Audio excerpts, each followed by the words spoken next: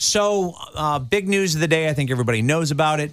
The former president, Donald Trump, indicted on 4 counts, including conspiracy to defraud the U.S., tampering with a witness, and conspiracy against the right of citizens, all related to the election was stolen thing, January 6th, things of that nature. We're gonna fill in the blanks with the expert former federal prosecutor and man about town, Pat Brady, joins us now on the Big 89. Pat, good morning to you. Great to have you with us.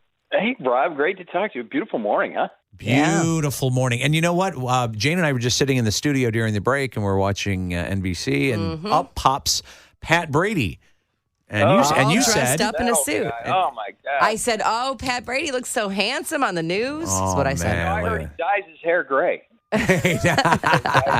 That's right. He's so distinguished. Anyway, let's talk about this latest round, this latest indictment of the former president. Kind of, I touched on it a little bit, but why don't you get into a little bit more detail about the circumstances around the charges and what he's looking at? Yeah, this is the big indictment relating to the president's attempt, according to the indictment, to subvert the election results in the presidential election a couple of years ago. It just lays out what he and the people around him, the 6 unindicted co-conspirators, did to try to basically overthrow the government. It's the most serious of all the charges by far, I think. And I think if I were Jack Smith, the prosecutor on this, I'd go down to Georgia and to New York and tell those guys to stand down. And this is the case that really matters, and the rest of them just aren't as important. I mean, the documents case is, but this is the one that everybody's kind of been waiting for. And it's pretty much, they charged it as we thought they would. And if you read through the indictment, it's some pretty serious stuff. If they can prove up what they've alleged, Trump either wins this election and pardons himself, or he's going to jail. Hi, Pat. So, Hi, Jane. I watched the whole thing yesterday. It was coming down, and of course, watching it on the news, trying to listen to the lawyers decipher what it says and give us all the information. A couple of questions for you. They say they have listed co-conspirators, but they're unnamed. So does that mean that nobody else will be listed in this? And will those names will they bring them up later?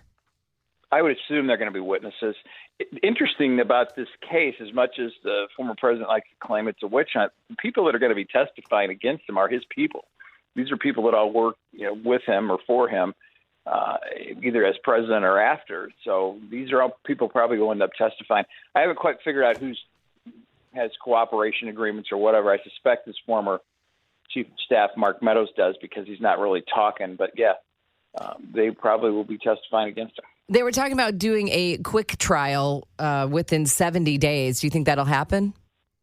Well, not if former president has anything to say about it.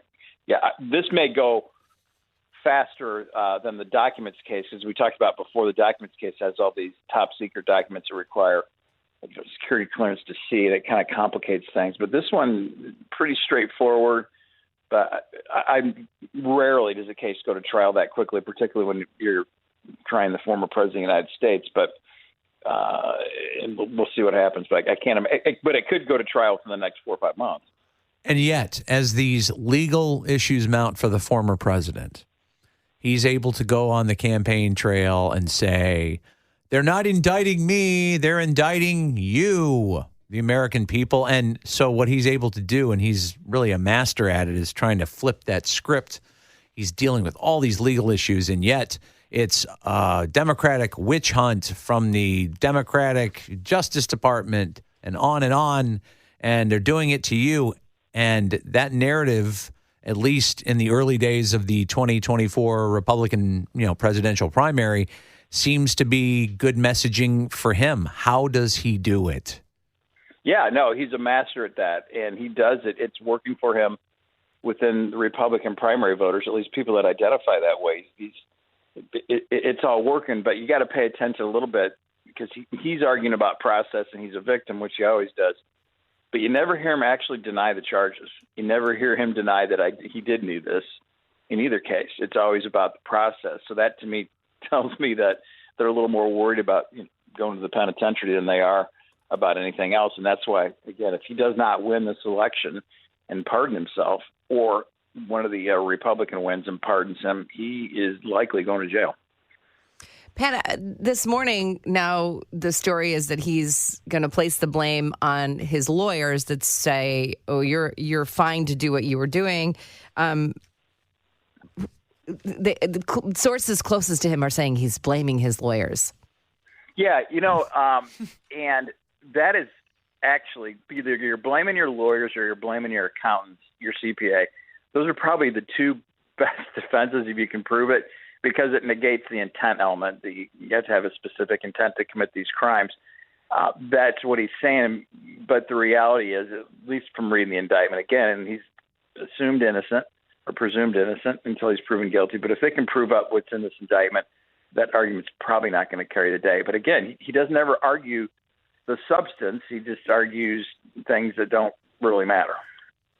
It really is amazing to watch, because it feels like, he is the Teflon Don, he's different context, right?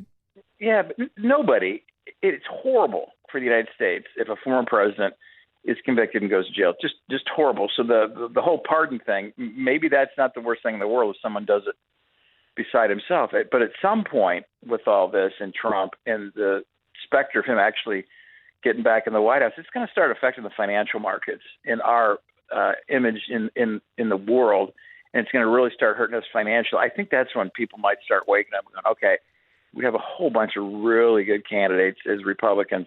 Why do we need to hang our hat on this guy who's apparently, if you listen to his speech, is only running to keep himself out of jail? It's probably time to move on. But apparently, if you read the polls, the Republicans aren't ready to do that yet. And this has already happened, though, Pat. Fitch just downgraded. Oh, I know. I just heard that. Unbelievable. And that's all in governance. It goes back 2 decades. So, right. Yeah. Folks need to wake up. And again, I'm a conservative. We got to quit spending more than we have. And we got to get our the amount of debt the last couple presidents, including Trump, who was worse than anybody, threw on this country. Remember, he was going to balance the budget in 2 years, and he threw more debt on our grandchildren than any president in 4 years in the history of the country. This stuff's just got to stop. We got to get back to common sense government. Yeah, I would like to start. I mean, listen, we talk about it. The news breaks yesterday, so this morning I'm listening to more, I'm reading some more, and then all of a sudden my mind starts wandering because it just all sounds the same. It gets all cluttered in there. I agree, Jane. We talked about that when I was in the studio the other day. After this, I was walking down Michigan Avenue. They had that night out last night. It was just a beautiful night. There 10 people probably know that the former president got indicted. No one is really tuned in, but it's serious stuff. And yeah, I wish we could just move on. That's why, that's why Gerald Ford pardoned Nixon. The country needs to move forward. We can't look back. But when we've got a guy like Trump, and you said it before, he's a master of manipulating messaging in the media, and he's out there all day long, and it gets covered. It is what it's been going on, 7 years now. I'm sitting here looking at CNN on the studio, and their big headline right now is, as part of the indictment, Trump told Pence, his vice president at the time, "You're too honest." And that just kind of speaks volumes about what we're talking about here. Don't be so honest, please. And here we are. We had the former vice president in for a Lincoln Forum a couple months ago, and he spoke about this, and the biggest applause line he got is when he said, "I stand for the Constitution." But like Jane said, can we just turn this channel off for a while? It's like we just keep living it, and we sort of laugh about it, but it's just like this fatigue. It's like the sameness. It's like and it just keeps going on, and it keeps resonating with a lot of people that he's trying to get to vote for him. Yeah, and I said this the other couple weeks ago when Jane was on. I think we deserve better as a country than an 82-year-old and a 78-year-old, 3-time charged defendant. We deserve better, but you got to wake up and vote, or it doesn't matter. Yes, it does. That those options right now, and you're going, okay. Hey, Pat, we've gone over time a little bit, but you're fascinating. We love having you on. We appreciate your expertise and taking the time at this early hour on a Wednesday to join us on the Big 89. Man, it's late, buddy. I'm old. I've been up since 4. It's almost lunchtime for Pat. How about it?